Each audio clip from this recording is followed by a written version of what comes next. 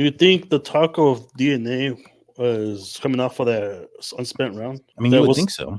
yeah, like you think it was so little amount that once they tested it out, then it came in unconclusive. And now they can't use it anymore because it's such a small amount.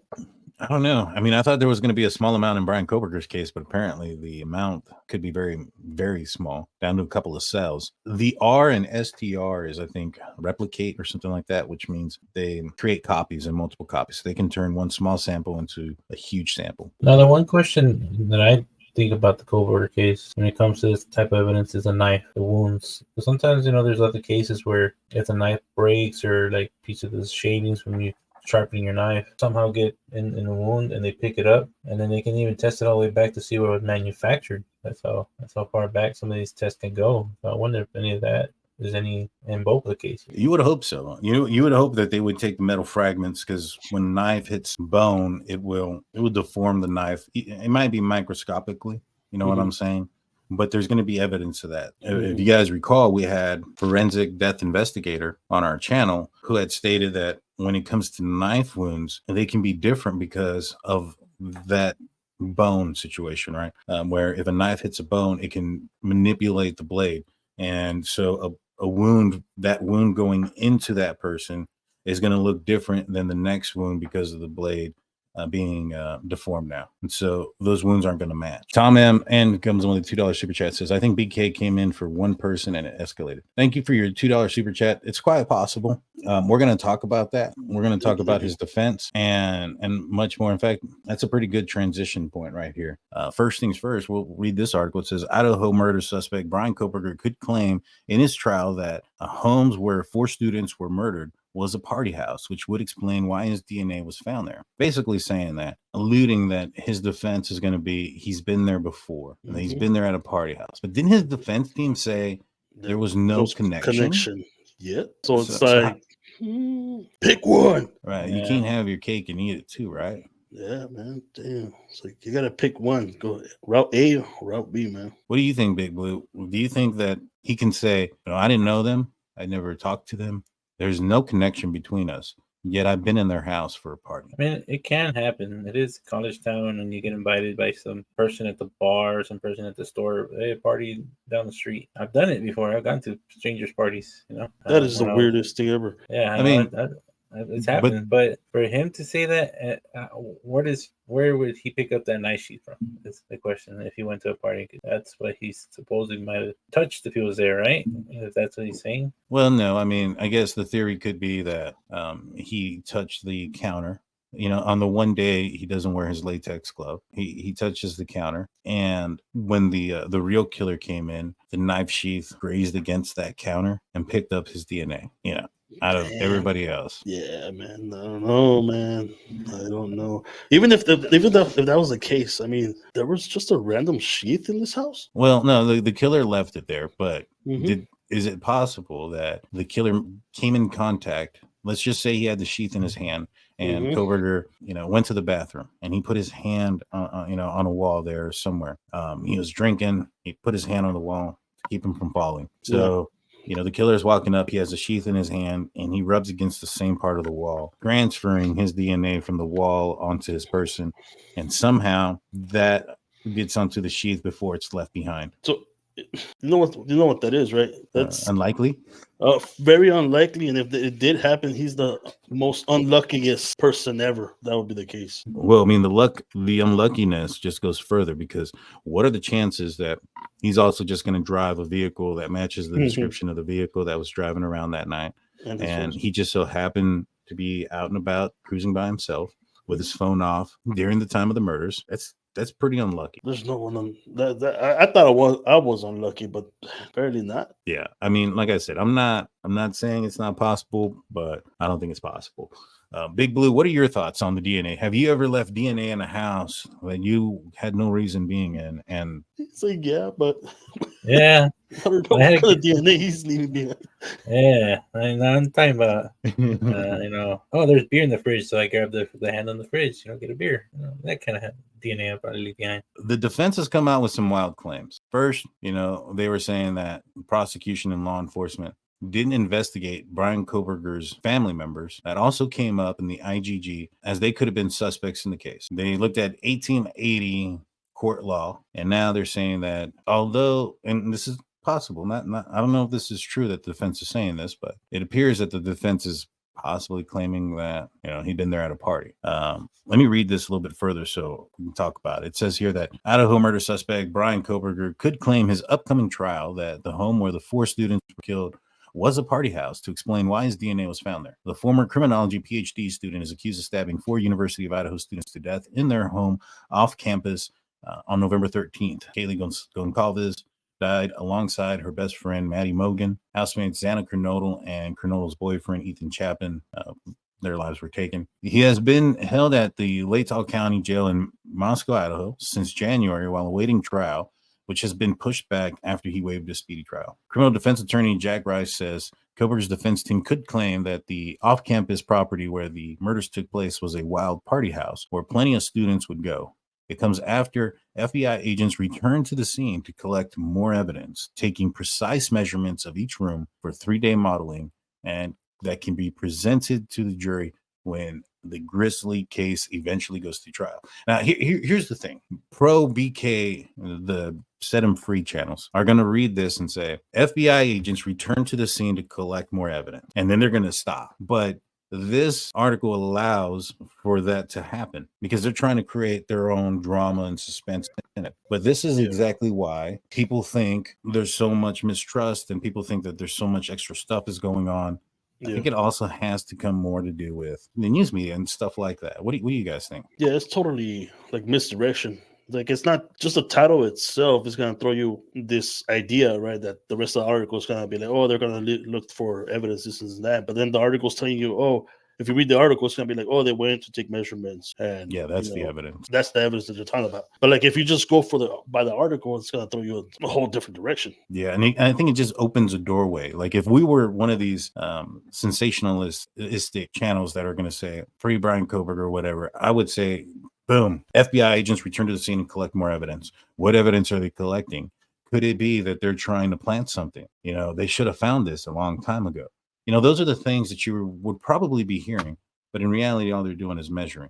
Now, why would they be measuring? I know the answer to that because they're going to try to build replica scales of the crime scenes because the court case was too short of a time for them to do it the first time. Since it got extended, they're going to try to build the replica scales in case the house gets tore down. I think that the house was said to be remaining until trial, right? But that's when trial was scheduled for October 2nd. You know, is it possible that look at the Richard Allen case. We don't know at this point. It could be next October was when that trial could start.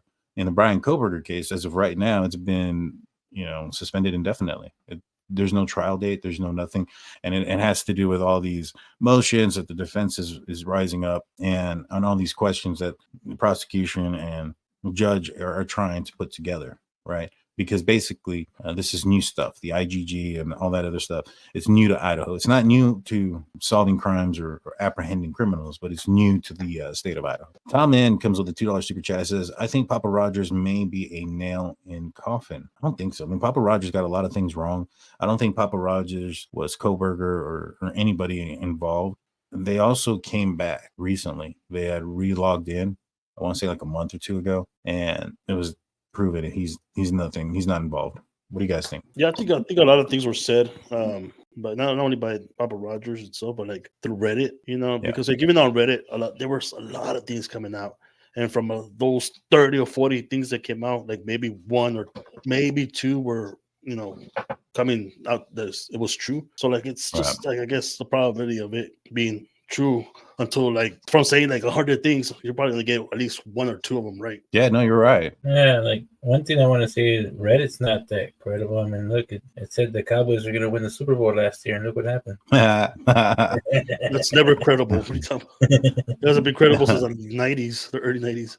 But let's talk about this case. Let's open up the discussion. What other argument is there for his DNA being there that you guys can think of that is logical, that makes sense, and also ties into the fact that he was driving around that night, also like he left his DNA on something. And let's just go one step at a time. What is a logical explanation as far as why his DNA would be on there? Well, I mean, obviously because of the party calls. I mean, obviously because of that, he could have easily been like, oh, I went to a party there once and this and that. But even if the touch DNA would be on the button, I would think it would be on the outside of the button, not the inside of it, right? I mean, it's harder to get DNA underneath that button, especially if it's clipped on.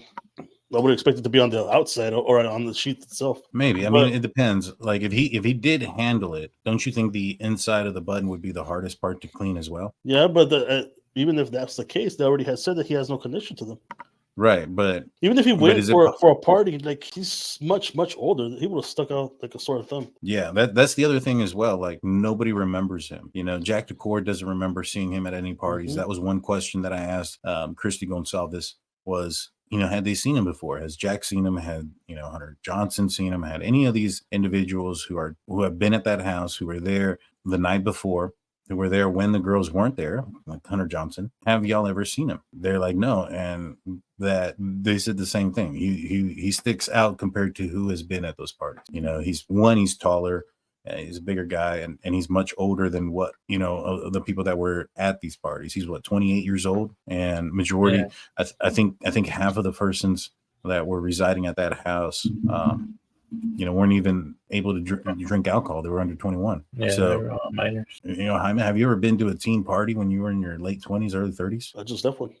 I remember I got invited to a party, right? By my sister. My sister's she's 8 years younger than me. So I went and I'm like, you're like, you want to go? We're gonna go, a couple of friends. I was like, all right, whatever. I'll go. I showed up and I was like, whoa, man, that's not where I should be at. So anyways, the police got there, right? The police got there, and there was like, I was sitting there and I was watching, the guys playing pool or whatever. I was gonna play pool or whatever, and then all of a sudden you just see it, boom, everybody just take off, and I'm just sitting there. I'm like, oh, okay. So I walked through the front door and I see all the cops and everything, and I'm like, oh, we don't have nothing. I don't have to run. I'm not underage or anything. So I just walked in my car and I took off. I even told the cops, like, hey, can you move your car? And it's like, you're blocking me. I can't get out.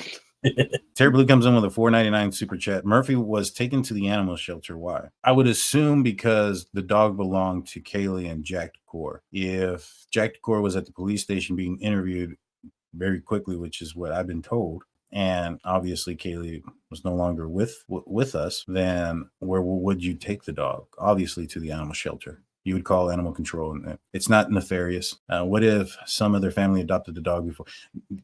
There's a hold on the dogs before you can adopt them out. So just because a dog comes into the animal shelter doesn't mean that moment they can be adopted out. There's an entire process, and you have to give the original owners an opportunity to come and claim the dog as well. I'm sorry, I don't understand that one, Tara. You might have to explain that one a little bit, because I'm not sure. That's not making a lot of sense. I say normally the dog's chipped, they'll get the owner's information, and they'll call pretty quick. Maybe the same Bryan Kohberger got the dog by accident. But she said she meant the knife. No, that's what they use to cut drugs with it. Maybe, but or are they using the dog to cut drugs? Oh my god, that's what I said. That's what I said. I hope that's not the case. Yes, Blue. What did you say, Blue? I said maybe with a knife during the attack. Gotcha. The only thing about the drug theory, right? So there's a theory out there that there's some drugs involved, and we've heard that perhaps drugs were used at that house at certain points, but nothing like to the point where people are thinking that there's some sort of drug angle and these people's lives need to be taken out. It doesn't make any sense. The reason being is Kaylee, Maddie, Ethan, Xana, Bethany, and Dylan, and Jack DeCour, and Hunter Johnson, their phones were forensically downloaded and went through by police. That means they found everything in there. Don't you think there would be some sort of evidence there that would point back to this being the case? Now, I've asked a lot of folks why Bryan Kohberger, if this is a situation where they needed to frame somebody, why him?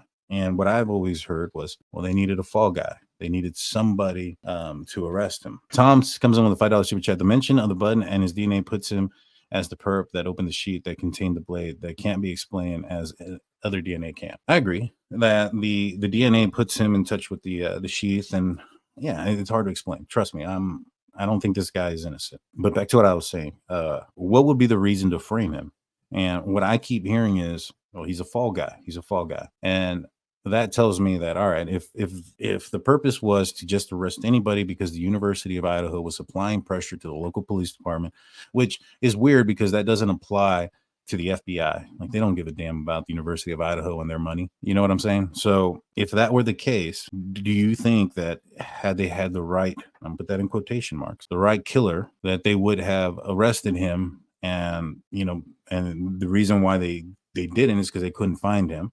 And now they have this patsy. Well, if that's the case, why would they not arrest the possible drug dealer that was involved in this case? Because I think there would be evidence there from the phones talking about drugs. I mean, from way before there was ever an incident, there would be, conversations of deals. Yeah, they didn't link anything to that person. And that person probably has an alibi. And then you have the December 13th death of Bryan Kohberger. According to the police, he was threatening his roommates, and SWAT went in there and took his life. If they were going to just have anybody to throw this case on, why not throw it on that person? This drug angle just doesn't make any sense. Doesn't hold water at all. There are so many holes in it. It doesn't make any sense whatsoever. And plus, Kaylee Goncalves came out and stated that the toxicology reports were released to her, and victims came back clean. So, I mean, I don't think that there would be there would be evidence of this drug angle, Yeah, there's no way they can get rid of all the, text messages, pictures, or, whatever else is on there. And the other thing is, like, if it was a distributing house or distributing, because people say it's a trap house, and trap house sometimes they are considered like where they manufacture certain things. It would have been, DEA would have been up there. It would have been condemned. I mean, it is condemned right now because of the murder scene, but they wouldn't allow anybody in there, and they would have to specify like biohazard and all that stuff in the listings and everything. I don't think it was anything of that involvement. Mm-hmm. And yeah, there wasn't a party that night from what I understand. I think the party was the night before. Yeah, I just think that there would be evidence there pointing in that direction. And it's not that hard to follow, right? You look at bank statements, you'll look at the surveillance camera from the next door neighbor's house. They're going to catch more than just the killer driving around. You're probably going to catch other vehicles going in there, all hours of the night, not just that night. There's going to be evidence there that's going to point to this house being, what you guys are assuming that it is. Just based off that, just thinking about it logically and saying, all right, if this was a drug house, there had to be some sort of communication. And why go to this point to knife 4 persons, right? Was it because there was the theory that Kaylee was moving and going to Texas, and because she was leaving, that they were going to do this solely because they were leaving? There's been a lot of turnover in that house, tremendous amount of turnover. There's people leaving there all the freaking time. You know what I mean? So none of those theories hold water, in my opinion. If this was a movie series or a TV series of some kind, we can entertain those type of things, but it's not. It's real life. These 4 people lost their lives. There's evidence that says that, they may have gotten the right guy. We don't know yet. We can't put him to death or any of those things. Yeah, that's when trial comes. There's way, way too many coincidences for it not to be the person that's in custody. So Mama 5 says, they just seem too personal. So, all right, let's go down the personal avenue. Somebody committed this crime. If it wasn't Bryan Kohberger, they committed this crime without leaving any DNA behind. Personal crimes or crimes of passion, that's typically not what happens. They're pretty sloppy. There's no planning involved. There's no premeditation. Exactly. So to go in there and kill 4 people without pre-planning it and not leaving DNA or anything behind doesn't seem very logical or reasonable to me. Now, if you add anger, you add alcohol, even if it was, for instance, the other one, it was somebody from Sigma Chi. They got in a fight with Ethan at the party while they were drinking. Somebody drunk, and a few people drunk, upset at a fight. The logic of them going into a house without leaving any DNA behind, it's unreasonable. Now you have somebody who took courses in forensics, who knows how not to leave DNA behind, who knows how not to take DNA with him from a crime scene because of those forensic classes. I know that just basic police officers get a forensic course in that. And I would assume, I don't know, I've never taken the master's course for criminal justice, but I've never taken, and I've not taken PhD program, but I'm pretty positive that they have a forensic class. In fact, I found it on YouTube where they're talking about it, and they're showing individuals that attend the Sales University criminal justice class on forensics. This shows them wearing the type of equipment that would help prevent having DNA or evidence being left with you and you leaving your own personal DNA behind. Somebody who is extremely intelligent. I mean, you look at some of the things that were done. We found a Chief Fry interview. What was it? A conference where he said that the rear glass door was open the entire time. I've talked with a couple of people who know some things, and they believe that the rear glass door was left open the entire time as well. It's suspected that the reason why it was done that way is because if the killer opened the door, then closed it, well, he's touching it twice. And then when he leaves, he has to open it. And, if he leaves it open, that's one thing. But if he closes it, then that's another 2 times. If he opens it and leaves it open, he only touches it once, thus only having one, lowering the plausibility of him leaving DNA behind. That's something well thought out and planned. You look at the vehicle based on his phone being turned on at 4:48. And you see the travel that he goes to get into Pullman, in my opinion, because that takes over an hour and some odd minutes for him to get from Moscow to Pullman. If police looked at this case and they said, all right, we have a white Elantra camera, because he must have known that he was going to get caught on camera, that they were going to be looking for a 4-door sedan. What would you do? Do you go straight to Pullman and give yourself up? Because if they go and look at the Pullman, cameras and of highways coming into Pullman, and there's a white sedan coming in at 4:48, 4:50, 5 o'clock, that's going to look a little bit suspicious, right?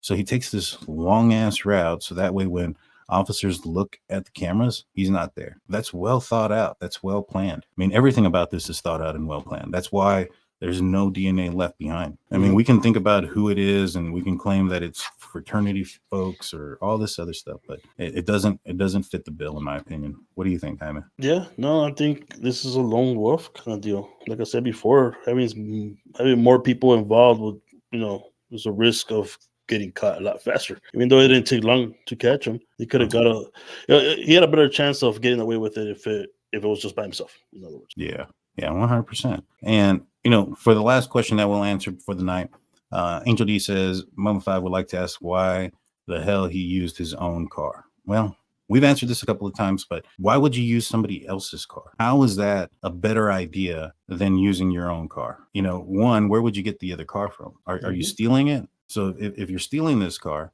now you got to get away with 2 crimes, the theft of the vehicle and the murders. Are you borrowing it? All right. Where's Bryan Kohberger from? He's from Pennsylvania. He's new to the area. Why is he there? He's a criminology student in the PhD program. So who are the people that you would expect him to be in conversations with or be dealing with? Probably students from the University of, or from WSU and other students, right? So he's only been there since August, or July. Honestly, do you think that, he's going to borrow a car from one of his buddies in hopes that they're not going to realize that there was a quadruple homicide the night that he borrowed the vehicle and that vehicle was seen on camera, right? Because if Bryan Kohberger is going to borrow the car, that's one thing he has to think about. All right. So that doesn't seem logical. And plus, if it's somebody that's a friend of his, they're probably in the criminal justice program as well, or somebody that's close to him. I don't know if they would be willing to not follow the laws or the rules, you know what I mean, and cover up for Kohberger. And then you have maybe rent the vehicle. Well, I'm fairly positive that leaves a paper trail. If you go rent the vehicle, even if you were to go test drive a car and take it home for the night, some people do that. All that together, I don't think it's a smart idea to take somebody else's car. I don't understand where that theory came from. But whoever said that, please go commit your crimes that way so you can get busted very quickly. Yeah, I mean, look at it this way. This person apparently planned this whole thing out, and then you're going to go borrow a car and have a loose end? You know what I mean? That's like the crappiest planning out ever. Yeah. And then there's also someone said that the bus, but I think bus transportation has cameras inside of them, right? How are you going to get home? You're gonna ride the bus back all full of blood? Yeah, and like if it's like you said, if you stole a car, he would actually. Why would he steal the same car? That's his car. I mean, and obviously, I mean, if you stole the vehicle, you probably aren't stealing the same vehicle as your own. But even if you stole a vehicle, you have to get away with that. Tom N comes with a $2 super chat, says a white car can't be mistaken as other colors. I can agree with that. I mean, dark colors, blue, greens, and stuff like that are going to appear dark on black and white.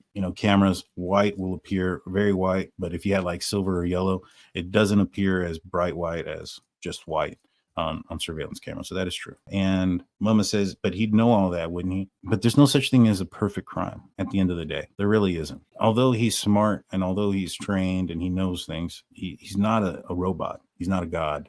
He's human. He can make mistakes. And if you go and you look at the Linda Lane footage and the probable cause affidavit. You put those two together. Take out the audio. The audio is bullcrap. It's all added shit. But if you just watch, what's going on, you'll see that at 4:05 after the DoorDash is collected. So I'm assuming there's probably some indicator there for the DoorDasher there. And once that DoorDasher left, that indicator turned off, whether it be a light or something. But at 4:05, the vehicle starts to act very weird. It'd been driving around the apartment complex without any interruptions. And at that point, it does a weird turnaround at 502 Queen Road. It goes and tries to stop or park or do another turnaround in front of the victim's house. And then it continues to go on, does a 3-point turn at the King Queen residence, and then comes back all the way around. Driving are erratic. There's a difference between planning a crime and then executing it. You can plan something, you can prepare for it all you want, but when it's time to actually do it, those are the times where mistakes are probably going to be made. Setting up his car so that way he wouldn't get DNA in there or cleaning it afterwards aren't part of the crime during the commission of it. That's pre and post crime. Mm-hmm. The criminal is most stressed or under most stress and duress during the time that the crime is being committed, which is why it's logical and reasonable for mistakes to happen. If he's making the mistakes out, with this vehicle, and we find out that a sheath is left behind, those are some pretty big mistakes left. Look at it, like serial killers have been doing it for like 30 years. And these guys are still committing the crimes and still making mistakes. And you would think they will make the least amount of mistakes, but they're doing them. And that's how they get caught, because they get cocky. And memory, it's not just because of his education. That's part of the means. You have means, opportunity, and motive. And the motive right now is a bit of a question, right? I think the motive was because he was having a bunch of problems, right?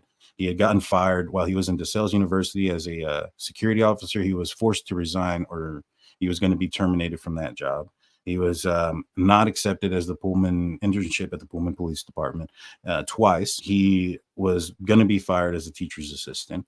He had documented reported incidences with female PhD students, and to the point where other PhD students were so concerned about his behavior, they began to document his disturbing behavior leading up to the murders. I mean, there's more to it than just it's because of his education. There's more to it. I'm just saying that you have the means, like the ability to commit this crime. A drunk college kid or a drug out addict or a drug dealer, in my opinion, don't fit the means of committing the perfect crime in the heat of passion or anger, because those things don't happen ever. If I had a mic, I'd drop it. All right, y'all. We'll see you guys next time. Peace out.